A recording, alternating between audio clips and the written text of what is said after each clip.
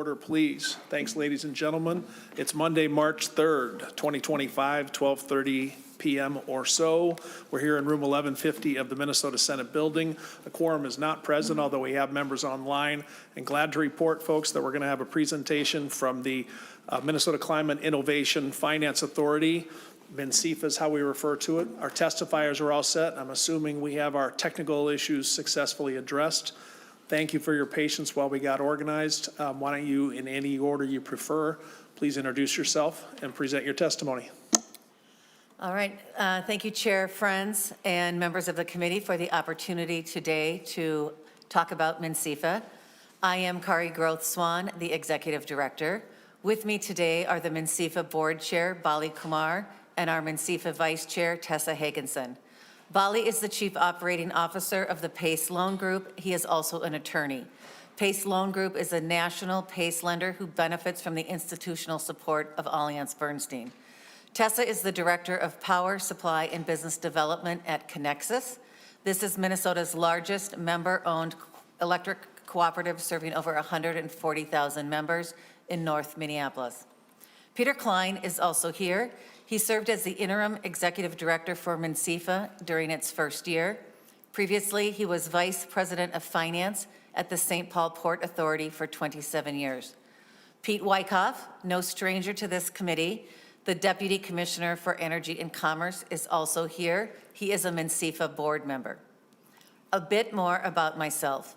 I started on November 6th, the day after the election. So I am fairly new to this role, and this is my first experience working for government. I have a diverse career, and I bring a diverse professional background. For the first 20 years of my career were spent in the wealth management and banking sector. I worked for J.P. Morgan, BMO Harris, Morgan Stanley, and Piper Sandler. I pivoted to the philanthropic sector and led fundraising campaigns for the Twin Cities United Way and the St. Paul and Minnesota Foundation. I also worked for the Metropolitan Economic Development Agency, securing funding for their loan portfolio in pursuit of their mission to build thriving communities through economic participation. Prior to joining MnCIFA, I worked for a privately held global renewable energy company as head of investor relations. I am honored and humbled to serve as the first permanent executive director of MnCIFA. It's no small task to start up a new state agency, but I am inspired to build a lending authority which serves all Minnesotans. Next slide. If you remember nothing else from today's discussion, I won't bury the lead. Here are my few key takeaways. We are a lending authority. We do not provide grants. We loan out money, it is repaid, and we do it again. We aim to be self-sustaining. These loans are a private-public partnership with other funders in the capital stack. These could be banks, CDFIs, state agencies, cities, or philanthropic sources. The projects we support are helping Minnesota achieve our energy and climate goals. These projects support economic development statewide and bring jobs and tax revenue to local communities. You can advance the slide. You can advance the slide. Oh. Do you need a little tech support? Yeah. Looks like they're not moving with the... Hang on. We've got someone for this problem. Thanks, Michael.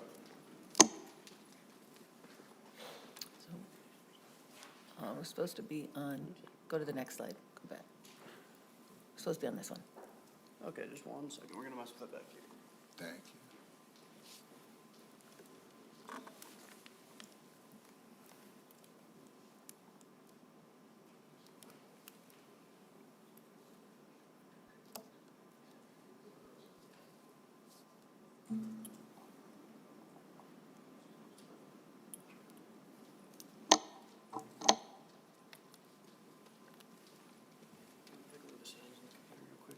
I'm sorry? You want to go to the settings in the computer real quick? You can do whatever you want to do. Thank you.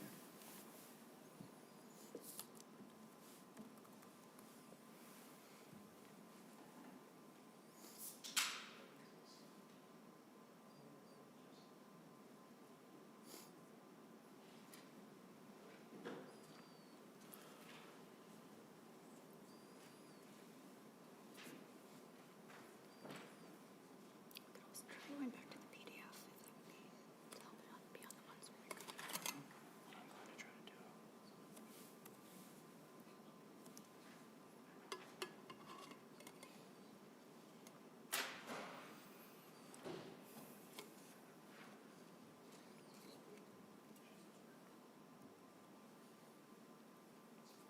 that.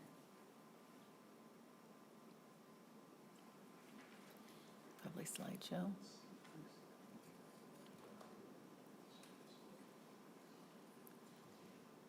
Okay, perfect, thank you so much. That was the, Thank you very much for the help, Michael. I just want to put on the record that a quorum is now present. Please continue your testimony. thank you. MnCIFA was created in 2023 to stimulate the development of clean energy and greenhouse gas emission reduction projects by using innovative financing tools to leverage private and public capital and to overcome market barriers which inhibit the financing of these projects. MnCIFA centers equities. We basically foster communication between potential investing entities and qualified projects. These high-impact projects reduce the economic burden of energy cost, help maintain energy reliability, and serve disadvantaged and underserved markets. Most of what we do and our impact and outcomes are measured and dictated by statute. Next slide. I am not a political appointee. MnCIFA is governed by a board of directors appointed by the governor. These 13 members represent state agencies and the private sector with expertise in banking, finance, commerce, housing, energy, conservation, utilities, labor, trade, and environmental justice. There is geographic representation on our board as well. We are subject to open meeting rules. The monthly board meetings and credit meetings are open to the public, and external community members always attend, both in person and online. The agenda, minutes, materials, and credit memos are posted in advance of these meetings. We are required by statute to have quarterly meetings where we seek community input, and the next one is later this month. Additionally, our strategic plan, investment strategy, annual report, and audit are shared publicly, and as directed by statute, have been delivered to the governor and the ranking members of the Senate and House who lead the Energy Committee. We will report on our progress annually, consistent with statutory requirements. This transparency guides all we do, helps build trust and credibility, and ensures all Minnesotans share in the individual and economic benefits of clean energy. Minnesota has a plan for action with legislatively determined goals. Achieve carbon-free electricity by 2040, and compared to the level of greenhouse gas emissions in 2005, reduce these by 30% in 2030, and achieve net zero emissions by 2050. Our agency was created to help advance these goals along with many other state agencies. It takes all of us. Next slide. We are known as a green bank. This is not a new concept. The first lending authority was created in 2011, and there are now more than 24. In fact, this map is not up to date, as Iowa, Indiana, and Wisconsin have now come on board. We are not a bank that takes deposits, and we are not profit-driven. We provide low-cost capital. We are mission-driven, and we serve a purpose. But I like to say two things can be true at the same time. We can earn a small rate of return and serve our mission so that we can continue to serve our mission. Green banks vary in organization. Many are state agencies, but some are not for-profit organizations, while others exist in the middle. By design, all of us are called to transition the clean energy economy to benefit everyone, and we are all called to bring other investors into any given project. In any loan, we are usually only 10 to 20% of the total loan. And at this point, I'm going to turn it over to Tessa Hagenson and Bali Kumar. Chair friends, committee members, my name is Tessa Hoganson, and I serve as the vice chair of the MnCIFA governing board. I also hold the board seat representing municipal utilities and electric cooperatives. I'm not a state employee. I work for Connexus Energy, where I hold the position of Director of Power Supply and Business Development. For those who aren't familiar, Connexus is an electric cooperative serving more than 140,000 member accounts in the northwestern suburbs of Minneapolis and beyond. I'll be building on Executive Director Groth Swan's comments by providing an overview of the authority's strategic plan. As background, MnCIFA is required by statute to submit a strategic plan to the legislature by December 15th every other year. many components of the plan are spelled out in statute. For example, the plan needs to identify target underserved markets and programs to serve those markets. The intent of the plan is to serve as a guiding document for the authority and as information for the public and for potential external partners. Finally, the plan is intended to be a living document. It can be modified as needed with approval from the MnCIFA board. The 2025-2026 strategic plan was informed by a robust stakeholder process. Input was provided by hundreds of individuals, including members of the public, and individuals representing organized labor, electric and gas utilities, affordable housing advocates and groups, energy and environmental nonprofits, environmental justice communities, lending authorities, and members of local government.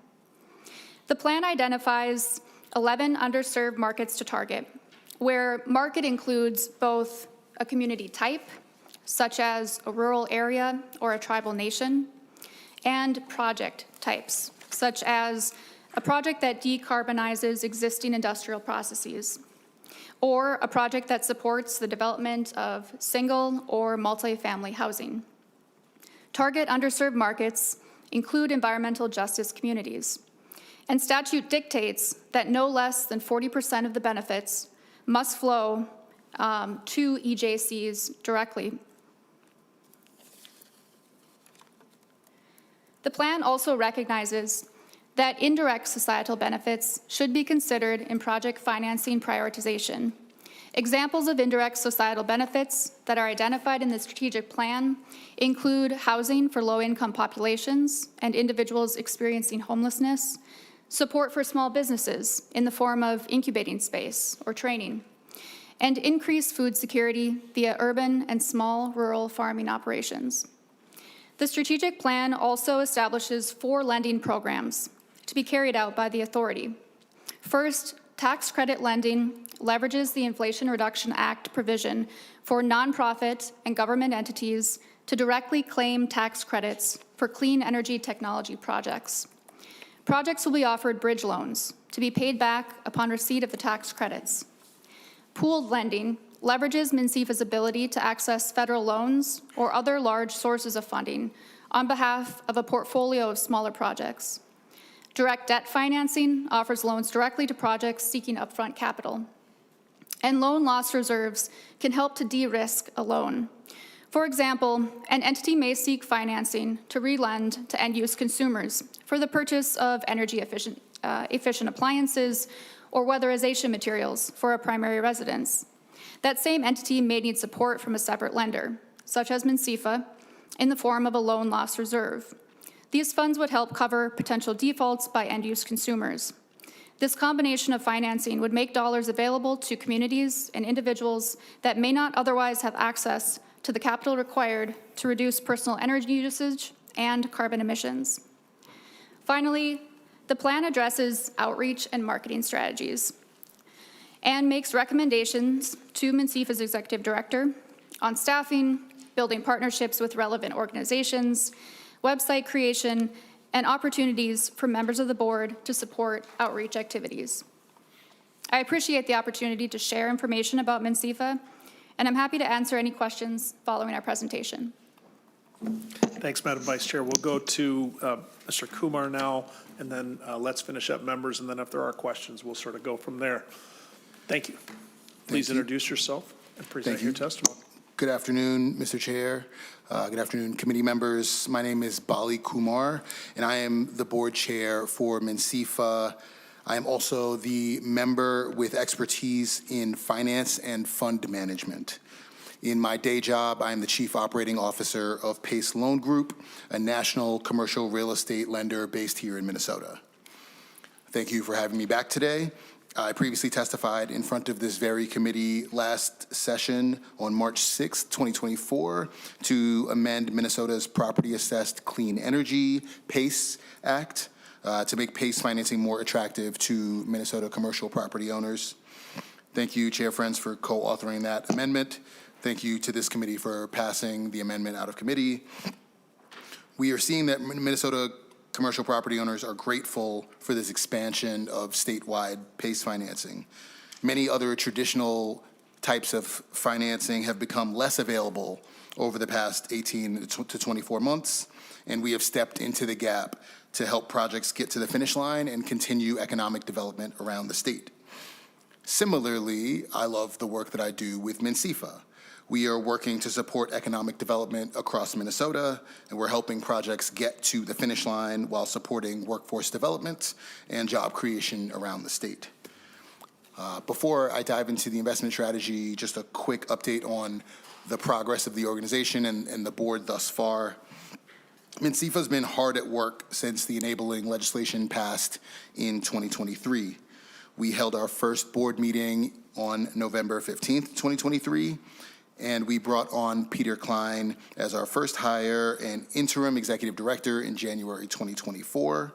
We are thankful for Peter Klein. He retired from the St. Paul Port Authority at the end of 2023, but delayed his retirement to help lead MnCIFA through our early days. We are now, of course, thrilled to have hired Kari as our permanent executive director. She started in November, as she mentioned, of 2024. And she really has a unique and powerful blend of experience in finance, investing, banking, in building organizations, building teams, working with nonprofits, working with philanthropy, working with community development, finance institutions, i.e. CDFIs. So MnCIFA's already done a ton with bare bones staff. In addition to preparing the investment strategy and the strategic plan and all the associated stakeholder outreach associated therewith, MnCIFA has solicited project proposals statewide. MnCIFA has approved projects that were time-sensitive and mission-aligned and shovel-ready, since the MnCIFA enabling legislation allowed us to use 25% of our appropriated funds to finance projects prior to finalizing our investment strategy and strategic plan. MnCIFA has been holding quarterly public input meetings, as you mentioned. MnCIFA has been holding other committee meetings. We obviously drafted and approved bylaws and other policies to get the board up and running. We've liaised with green banks around the nation to solicit best practices. And now we are really in full ramp-up mode. Kari is building out her team. We are going to continue to invest in worthwhile projects, and we will continue to work with partners who will allow us to have a multiplier effect. And through all this, we will continue to do good work across Minnesota for Minnesotans, just as the legislature intended by establishing MnCIFA. Now I'll move on to the investment strategy document. Subdivision 8 of the MnCIFA enabling statute directed MnCIFA to develop an investment strategy no later than December 15th, 2024, and every 4 years thereafter.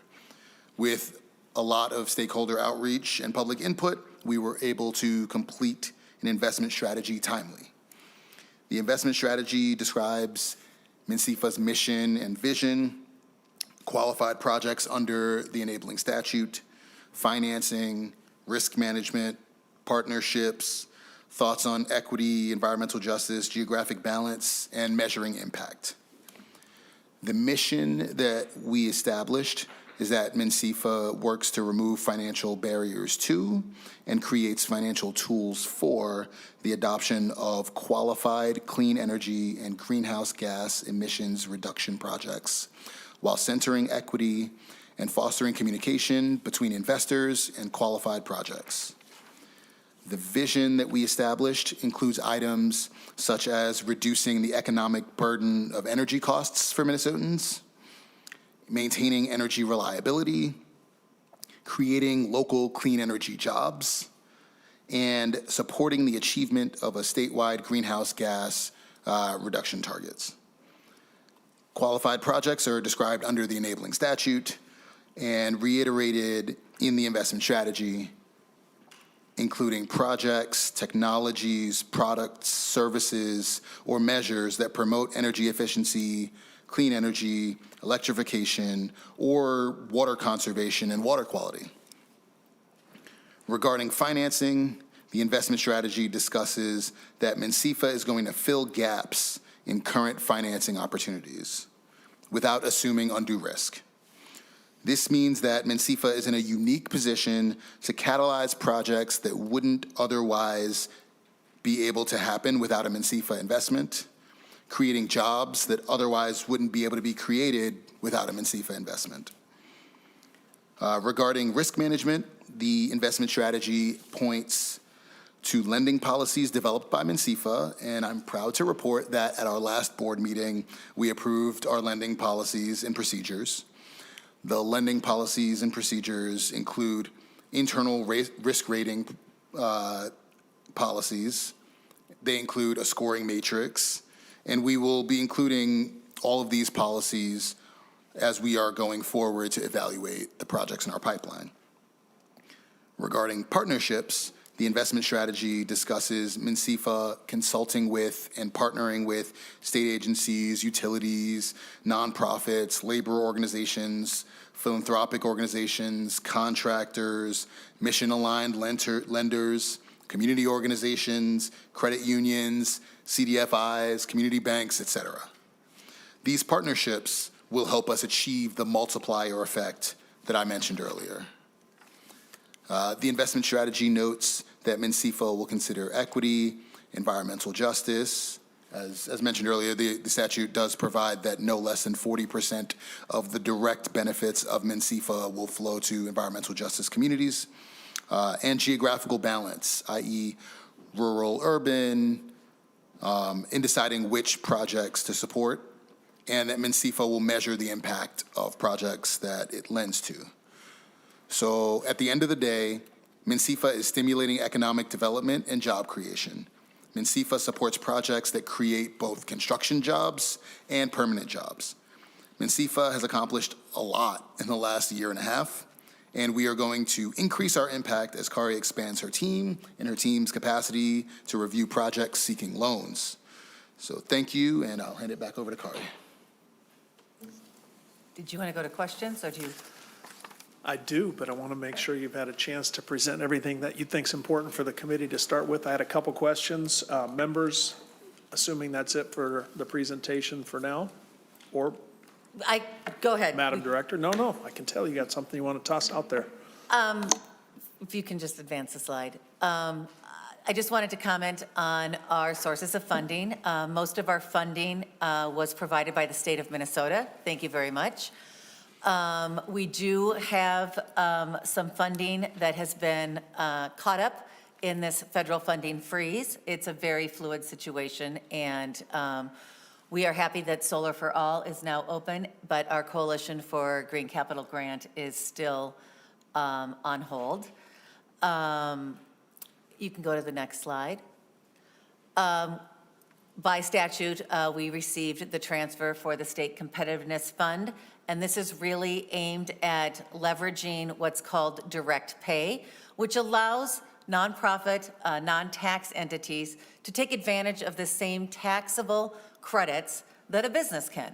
So it allows for schools, churches, municipal governments, libraries, municipal liquor stores, ice arenas to take advantage of the tax credit and eventually get paid back in cash by leveraging those tax credits.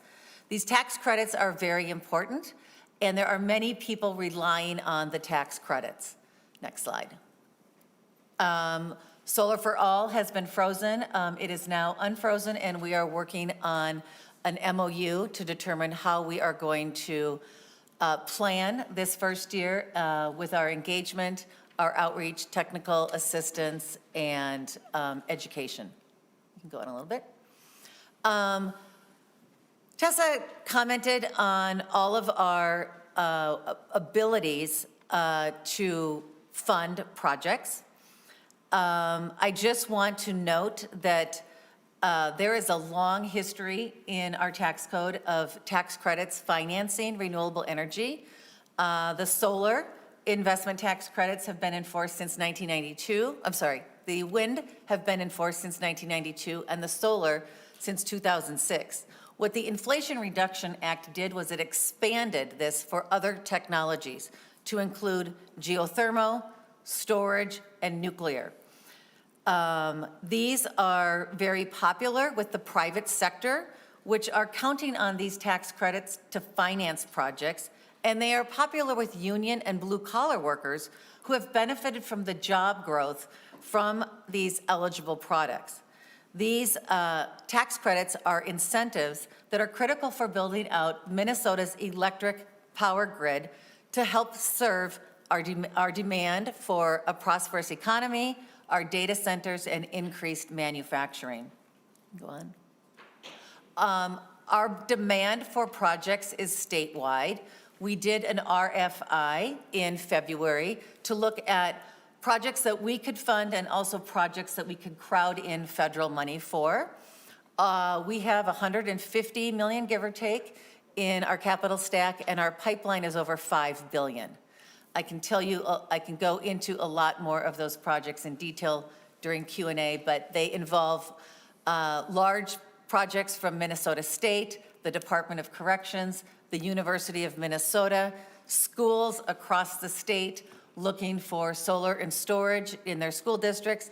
And also we are working with the Mighty Ducks on looking at energy efficiency for school and municipal ice arenas all across the state.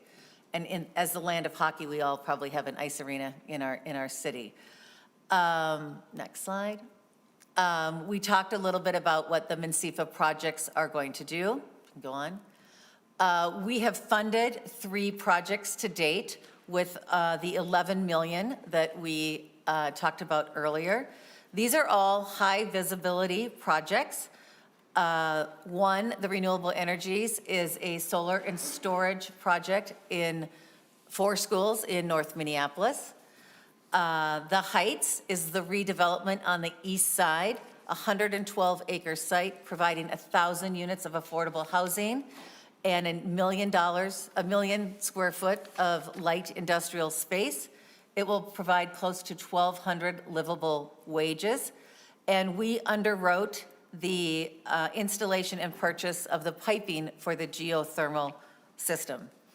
The cost of this project was $15 million. We wrote a $4.7 million loan, and so we've achieved 3 times leverage on this project. Next one. Avenues for Youth is another great project. This is a homeless shelter that provides kids aged 16 to 24 that are experiencing a place to sleep, maybe for one night, or up to 18 months in transitional care. We provided a $4.5 million loan, again, for geothermal and HVAC components. You can go on. We have 15 projects all across the state, the majority of which are in greater Minnesota, that we are ready to fund this year. I'll skip some of the details on that, but we are ready and able to finance these projects, many of them in the next quarter and certainly in the next 6 months. And lastly, you can go on. Bali indicated that we did codify our lending standards. This is a 30-page document that was sourced from other green banks, traditional banks, and CDFIs. I think it rivals probably most commercial banks' credit committee teams. It delineates project readiness, risk, creditworthiness, and alignment with our mission. And there are 3 levels of governance in getting a loan approved. It starts at the staff, it goes to the credit committee, and then all loans require full board approval. And as I said earlier, these are done in the daylight of transparency in open meetings at credit committee and board meetings. Go on. And then lastly, we are taking applications on a near daily basis from developers around the state. We have a very set list of qualifications to be considered as a full packet.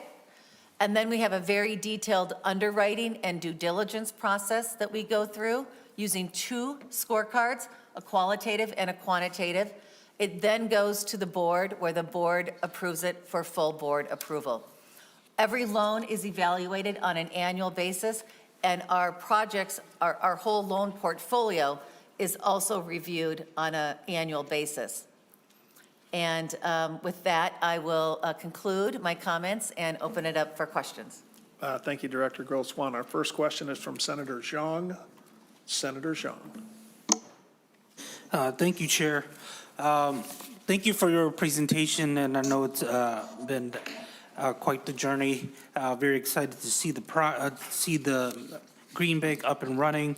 I remember last, right before the end of 2023, we were having some informational meeting with how the federal government is kind of coordinating all of the different green banks together. Could you talk a little bit more about that? Is there like a individual that you guys are working with from the federal government or any federal departments that are helping you coordinate how to navigate some of the federal funding? Yeah, Thanks, Senator Zhang. Director, you want to field that question? sure. Thank All you. right, fire Thank away. you, Chair. Thank you, Senator Zhang. We belong to two Green Bank coalitions. We belong to what's called the American Green Bank Association, which is coordinated by the Coalition for Green Capital. We also belong to what's called the Green Bank 50, which is a national association which is working to build out green banks nationwide. We also are partnering to leverage our state funding with the Loan Program Office. As many of you know, we were set up as a CEFI, a state energy finance institution, and this allows us to go to the federal government to really bring high-impact, large projects where we would put up 20% and the Loan Program Office would put up 80%. This is how we want to fund the MnCIFA 54 campuses and technical community colleges around the state. This is how we want to fund the 600 schools that want solar for schools. This is how we want to fund a project at the Department of Corrections. So those are a little bit of the resources we are leveraging, both as a state agency and as a coalition of green banks. One more comment, not all green banks are state agencies. Most are. Some are nonprofit organizations, and some are kind of quasi-government organizations. Thank you, Director. Senator Zhang. Thank you, Chair. And just one more question. I see that there's $25 million that is frozen by federal action. Are there any updates on that? And you mentioned that there are potential additional lending sources that are at risk. Sure. Can you elaborate a little bit more on that? Director. Thank you, Chair Friends. Thank you, Senator Zhang. The $25 million that is frozen is our Coalition for Green Capital Bank. It's a Coalition for Green Capital grant. It's a very, very fluid situation. We have daily calls with them. The funding is actually frozen by Citibank, and there is pressure on Citibank to release those funding. What is really critical about the funding freeze is that we are called to crowd in other funding sources. Again, other banks, other investors, philanthropic support. That remains in jeopardy the longer the funding freeze goes on, because what's happening is the markets are getting nervous, and traditional banks and philanthropic funders are going to stand on the sidelines and wait to see what happens. And so that impacts our ability to bring in more money, which we want to do. We want to leverage our private dollars, actually close to 10x on our public dollars with 10x on the private dollars. And the longer kind of this uncertainty exists, the more reluctant we are seeing some of those funders being willing to crowd in. And that's really unfortunate, because Minnesota wants these dollars to fund our projects in our state. There is no shortage of demand. Thank you, Director. Senator Zhang. Thank you, Chair, and I just want to thank you and your team for the work and getting this up and running. When we were looking to put this into legislation, Chair, I think you remember, we were looking to see that there are over 600 solar for school projects, Minnesota State campus improvements that are seeking for funds. I think this is what we had hoped that we would reach today, and I'm really glad to see that. Unfortunately, it's a bit concerned to see some of the federal funding that is still being frozen, and hopefully we can talk to our congressional delegation to release those funds and get those funding to come to our schools to provide jobs. I think I wanted to highlight one of the projects. It had over 100 construction jobs and 8 new jobs at Avenues for Youth. And so really happy to see that, but I certainly know that there's more work that needs to be done. And thank you for your work. Thank you, Chair. Thank you, Senator Zhang. Senator Zhang's a little too polite. We have to hold each other accountable. I had a lower number in the original budget proposal, and he came to me and said, your number's too low for the Green Bank. And so the result of that legislation that year is a credit to Senator Zhang. I appreciate those questions and the points you're making, Senator Zhang. We're going to go to the ranking member, Senator Matthews. Thank you, Mr. Chair. Before I get to the couple questions I jotted down, wanted to follow up on something that you recently stated at the end, that in many states, they're either set up as a state agency, as a nonprofit, or as a quasi. Which one is this Minnesota version set up as? We are a new state agency that was created in 2023 by statute. State agency, all right. Thank you, Mr. Chair.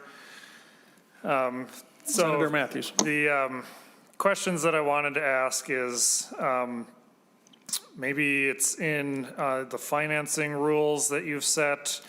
You're sitting on quite a bit of taxpayer dollars from the state and the federal so far with the numbers that you gave here.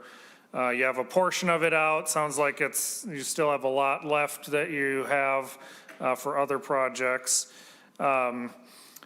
In your financing rules, will you be requiring repayment of the loans that are coming out? Are you putting in options in your rules to allow for forgivable loans? Just as I'm reading through the statute, it looks like you have very broad and wide latitude.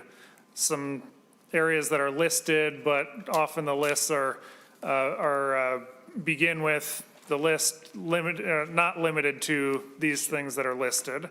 So I'm just wondering how loose will the money requirements be going out to the grantees from your program? Are you holding collateral on these loans? How's that all handled? Especially if you're coordinating with multiple financial sources on it. Lay out for me what the rules and expectations are. Are you expecting all your grantees to be repaying all the loans in full, or how tight are your rules going to be? Thank you, Senator Matthews. Executive Director, you want to tackle that one, or do you want to pass off? I'll tackle it. Fire away. Thank you, Senator Friends, Chair Friends. Thank you, Senator Matthews. Just to be clear, we are not a granting organization. We do nothing that is concessionary right now with our original capital stack. We are providing loans that we anticipate will be repaid. Most of those will be repaid within 18 to 36 months. So we aim to loan out the money and have it returned to us. The lending manual that we have put in place has both a qualitative and a quantitative scorecard that we use, varies very similar to commercial banks. It considers the industry. It considers the manager's ability and competency. It considers their cash flow. It considers their financial strength and liquidity, the collateral used. We use traditional debt ratios, just like your local community bank. We consider its susceptibility during a recession. We look at the workload required by our loan officers. And finally, we look at the sources of repayment. That could be takeout by a bank, that could be leveraging the investment tax credits, or that could be the sale of crucial assets. Additionally, in our lending manual, we have covenants that guide us. We have a qualitative scorecard that ranges from 1 to 5. Most of our projects will be in the 1 to 2 range, and we are limited on that very risky 3 to 5 range to have our loan portfolio of only 25% in that high-risk category. Additionally, we have a 10% concentration limit. And then what that means is no loan can be greater than 10% of our capital stack. And finally, we have a concentration limit of 20% that our loans, no more than 20% of our loans can be longer than 10 years. So we are adhering to a very conscientious, cautious, and rigorous standard, and we are fully expecting that the majority of these loans will be repaid. Now, I've worked for JP Morgan, I've worked for BMO Harris, I've worked in the financial sector. Not 100% of these loans will be repaid, and that is why we will set aside some of our own money to cover this. But we do have a full review of how the loans are being used. They're required to send us an itemized budget with sources and uses. We get weekly wage reports so we can track what's being used. And in situations where it's a construction loan and there is another bank in the capital stack, we have one happening with Sunrise Bank, we will loan our money to them and their commercial team will manage the day-to-day construction loan activity. So we have a lot of rigor and a lot of controls in our lending operations. Thank you, Director. Senator Matthews. Thank you, Mr. Chair. So you said a couple times you expect most to be repaid, and then you said money set aside to cover that. So is it accurate to say you're expecting whatever small portion that's not going to be repaid and then are essentially forgiven? Or are judgments then taken in that situation? Or what covers anything that falls outside of your most statement? Executive Director. Thank you, Chair Friends. Thank you, Senator Matthews. Like any commercial bank, not every loan is going to be successful. So we are acting with a fiduciary responsibility in a very prudent way by setting up some money to cover those loan losses. Our lending team reviews all major developments on the loan from pre-close all the way through post-close and tracks developments, including amendments and waivers. So we are going to be in very close contact if a loan starts to go south, and that could be because of the project or the economic conditions. Interest rates rising, we don't know where the economy's going, just like any other bank. We will work with that lender. Maybe we will defer the terms and lengthen the terms. Maybe we will defer payments for a year or two, a year to allow them. We will work with them. Our goal is not to have these loans go bad, but we would be acting irresponsibly as a funding authority if we did not have a loan pool set aside to cover some of these unexpected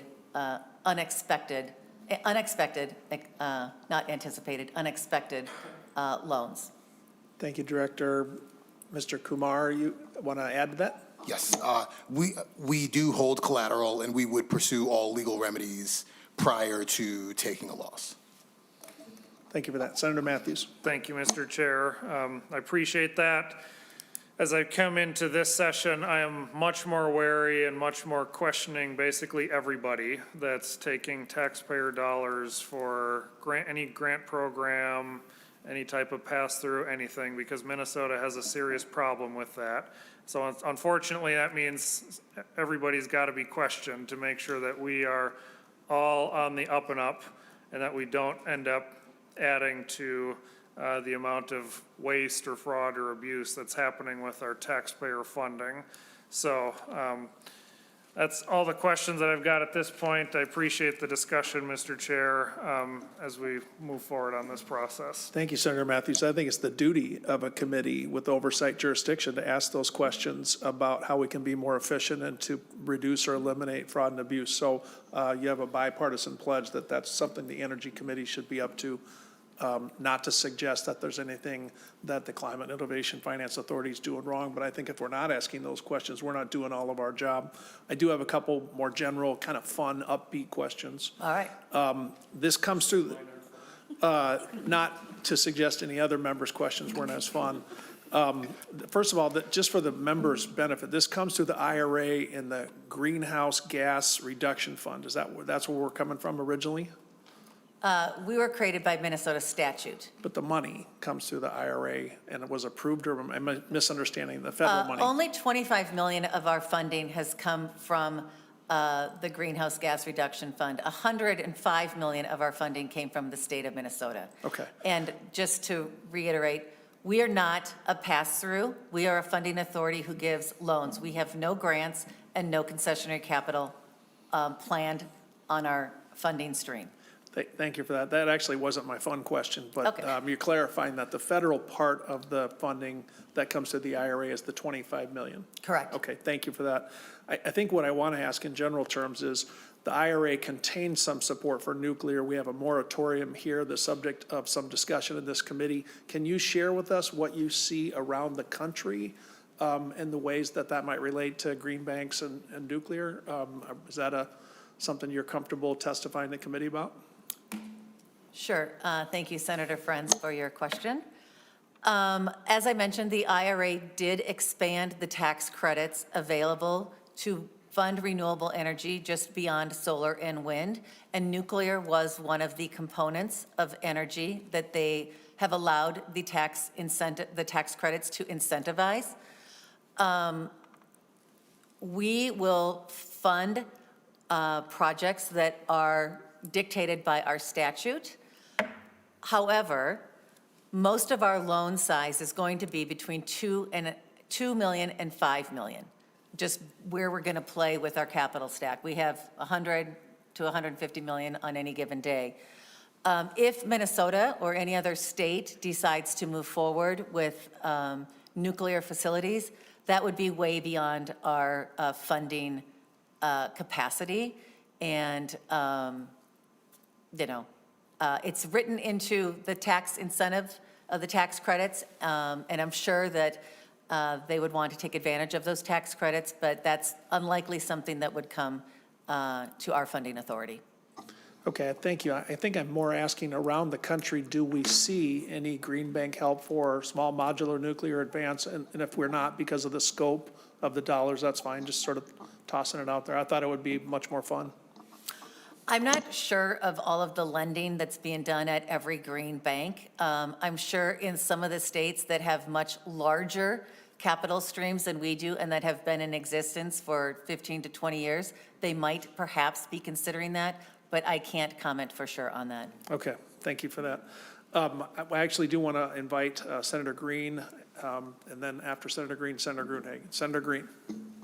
Thank you, Mr. Chair. Some of my questions have been answered, but you were talked about collateral, and that was one of my questions, if you had collateral, but it looks like what you're putting in, and you mentioned MnCIFA as well. What type of collateral are they offering, and then what happens if they default? What do you take back from them?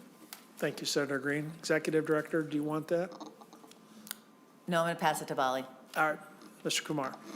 Mr. Chair, Mr. Senator, every loan is made with a separate set of collateral based on the recommendations of staff, credit committee, and the board.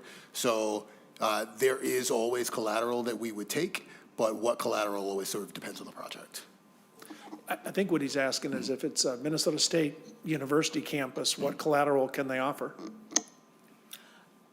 Well, if they're a Minnesota State University or the University of Minnesota, they have a very strong bond rating and credit worthiness, and so it would be unlikely that they would not follow through on their loan repayment. We do plan to fund 3 of the MnCIFA or Minnesota State campuses this year. As kind of a beta test for that larger university scope. We will fund one in Moorhead, one in Red Wing, and one in Winona. Senator Green. Thank you, Mr. Chair. So one more short question, then I'll get to the other questions I had. Some of the, well, let's just go to the 3 that you did for 11 million, because I'll be talking about them anyway.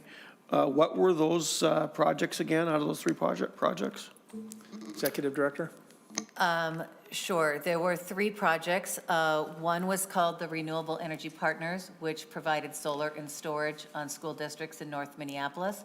One provided funding for Avenues for Youth, which was the homeless shelter. And one provided funding for The Heights, which is the large project on the east side of St. Paul that is being developed.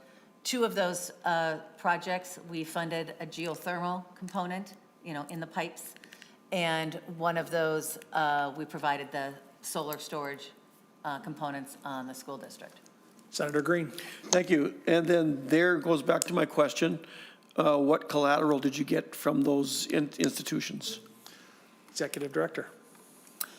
Those loans were made while I was not the executive director. I can certainly ask Peter Klein, the executive director who was here, who underwrote those loans and brought them to the credit committee, or we can get back to you on that, whatever you prefer. Well, let's, is Mr. Klein here? He is. Mr. Klein, are you willing to come forward and answer a question or two, please?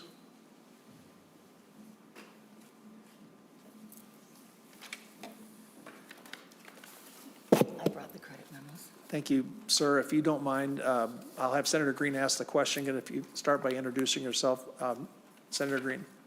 Thank you, Mr. Chair. Out of the three projects, and I think it's on page 18 of your bullet points, what collateral did you get from those entities? Mr. Klein, start by introducing yourself, please. Mr. Chair. Peter Klein, was the interim executive director of MnCIFA, about to retire in a month or two here as I help Kari fill out her staff, then I'll move on into the sunset. For the three projects, so Avenues for Youth, it is the homeless shelter for kids experiencing homelessness. That received several grants from both the state and local governments and also philanthropic communities. That was about a $24 million project. We are funding $4.5 million. We will have a first lien mortgage on that facility. So a $24 million facility will have a first lien mortgage at $4.5 million. For Renewable Energy Partners, that was a $10.2 million resiliency hub on 4 school district buildings. We have collateral both on a UCC filing on the equipment and also our ability to step into their agreement with the school district and the utility, XL Energy, to step into their position in their agreements with XL Energy and the school district. So we could continue to operate that system should Renewable Energy Partners not come through with their payments to us, or we could liquidate the assets, which is not, we're probably not going to want to be doing that, but it's about $10.2 million of assets. We are lending at $1.2 million. So we have a very secure position there. With the Heights project, we needed to step in with that to fund the pipes so that they could be installed while the rest of the infrastructure at that development was going in. So the street and sewer and water infrastructure, these pipes are now under those roads that are being constructed. We have the right to step into the shoes of the LLC that is the owner of that district system. That was designed and really being operated by Evergreen Energy, which has several, it operates the district system that feeds this campus and all of downtown St. Paul. It also has multiple campuses and district systems that it has operated. The collateral is the pipes, but now that they're in the ground, it would probably be where we would not, that collateral is not very strong, but we have the ability to take over the operations of this system, and every building in that campus, in that entire 112-acre system, is going to be required to hook up to the district system. That we feel is a very good position should the development of the Heights drag on. We might have to step in and eventually take over the system, but that's not our anticipation. Thank you, Mr. Klein. Senator Green. I don't think we have enough time because you just gave me some more questions, but I will cut this short pretty soon here. But I understood that you were in the business of giving loans, but now it sounds like you're going to be in the business of operating these systems. Is that correct? Well, Senator Green, I'll jump in and just say, I think when a bank gives a loan on a car, they might take it back. When a bank gives a loan to a business, they step into the shoes. So happy to have the executive director or Mr. Klein answer. I think they're just describing the collateral for you. Sometimes it's the right to step in and run the business or sell the geothermal heat, but I'll defer. Executive director, Mr. Klein, somebody? Yeah, we absolutely do not anticipate operating any of these systems. To the extent that we would operate it, we would take back that collateral and then look for somebody else to take over and sell the collateral and receive as much of the funding back as possible. But we do not anticipate operating these systems. We just have the right to step into the shoes of the original financer or the original developer of the project. Thank you, Mr. Klein. Senator Green. Mr. Chair, then I'll just flip the page here a little bit. And I'm assuming that all these entities, especially the schools and the other organizations, obviously has kept their old systems because they need some backup. But the question then would become, when you give these loans and you go through the process, is there a cost-benefit analysis on this to see how long it's going to take for that to get paid back? Because, and then I'll also just end with this. Maybe you can answer this question too, because it sounds like most of the money is coming from grants. So where do you? Well, that's what you said. I think you said that the money that you like on the one project, you said that it was a $12 million project or $10 million, whatever it was you said, and that the loan was only for one something because the rest came from grants. I think that's what I was thinking, unless I misunderstood. So the other half of that question, besides the backup and the cost benefit analysis, is where do the grants come from? Thanks, Senator Green. Fair question. If I understood the testimony, it's that the loan that you make is in combination with grants that other entities make to get the project total. I think what Senator Green wants to know is these other grants that are not MnCIFA, like where do they come from? What's the typical location? Executive Director, do you want to try that one? Yep. Thank you, Senator Friends. Thank you, Senator Green. Every loan will have a different capital stack. We'll have different funding sources in the capital stack. Some will have deed, and some may have a Greater Minnesota Housing Fund. Some may have a combination of a traditional bank and grants. So each loan has a little bit of a different place in the we have a little bit of a different nuance to the capital stack. So it's not that every loan is going to have grant capital in their loan. The one situation with a nonprofit, like Avenues for Youth, nonprofits heavily rely on philanthropic sources, which are often delivered in concessionary capital or grants. And so the Avenues for Youth does have grants in its capital stack. Thank you. Senator Green.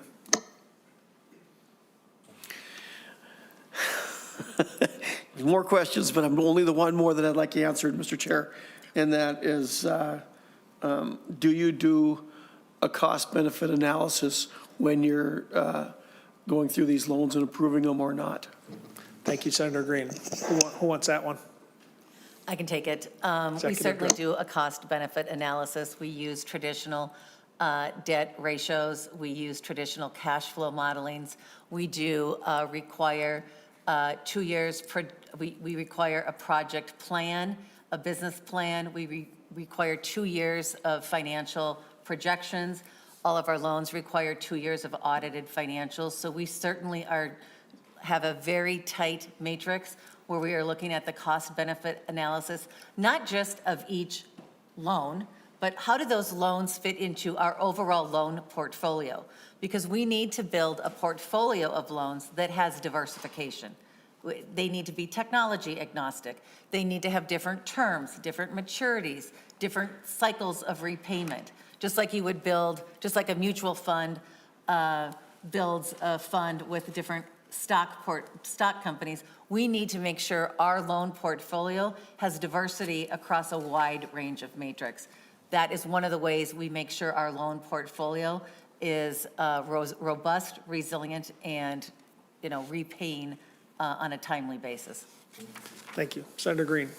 All right, we're going to go now to Senator Gruenhagen. Senator Gruenhagen. Oh, thank you, Mr. Chair. Yeah, thanks for your presentation. I came in a little bit late. I had another commitment, so sorry about that.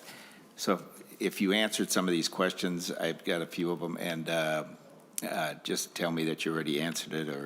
Okay, first one, does the Green Bank, does that loan, it's supposed to be carbon-free projects, is my understanding. So does it loan for hydro projects?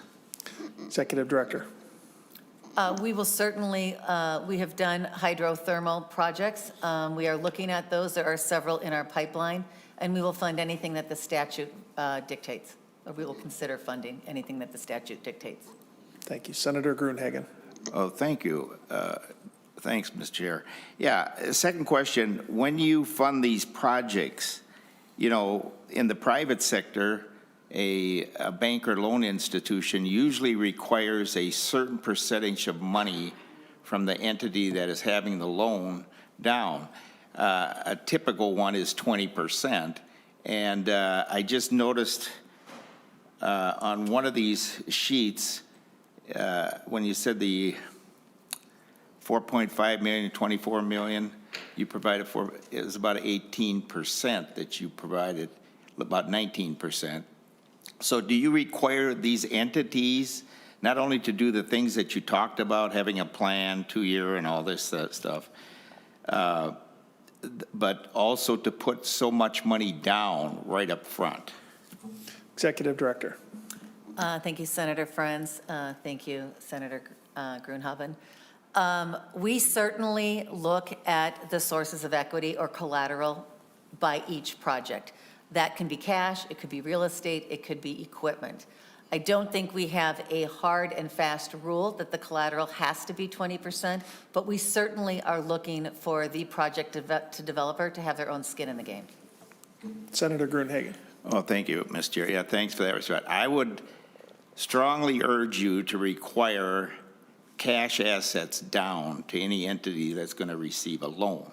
In the private sector, that's a pretty much standard practice. If you take out, even a housing loan in the commercial market, they want so much down right up front. I mean, that's security. And so that would be a strong recommendation. The other thing, we've had an awful lot of fraud around here in the state of Minnesota in the last few years. And I'm beginning to think that, not that much oversight, to tell you the truth, in some of the other committees that I'm in. But I'm beginning to think we need a bill that organizations that give the loan, the people involved need to pledge their personal assets as a backup to the loan. I think it would raise a lot of more interest in whether the loan would be paid back or not. So would you be supportive of something like that? Executive Director. I'll just thank you for your comment. I'm not sure how to comment on that. Okay. Senator Gruenhagen. That's good. All right, members, that's the end of my list. Last chance. Executive Director, do you want to make any final comments? Appreciate the presentation very much. Appreciate your testifiers. Appreciate the work that you're doing.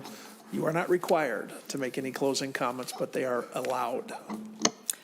My only final comment, thank you, Senator Friends. My only final comment that has come up frequently, that I would share my concern that, like many of you have mentioned, I do care about how our tax dollars are being spent.